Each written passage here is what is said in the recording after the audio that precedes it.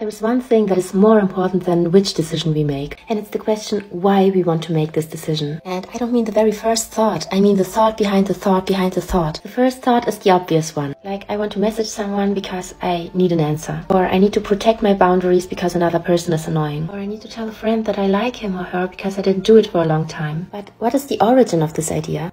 This idea cannot be the origin if we can't keep asking why we want to do something.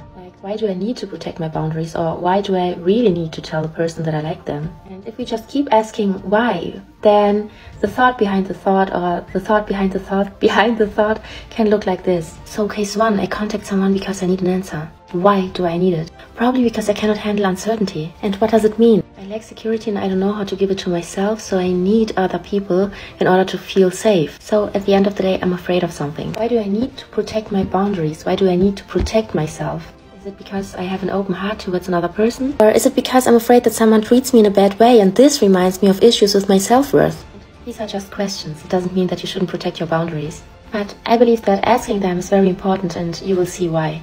The other case, telling someone that I like them. Am I doing it out of a passion in that moment? Or am I doing it because there's a disharmony and I'm afraid to lose the person? So when it comes to making decisions, and no matter what decisions, are we driven by our passion? Are we driven by our intrinsic motivation to do something? Or are we driven by fear? I believe this question to be one of the most profound ones when it comes to understanding why we are doing the things that we are doing. Because what if at the end of the day it's not the what that determines the result of a situation, but the why?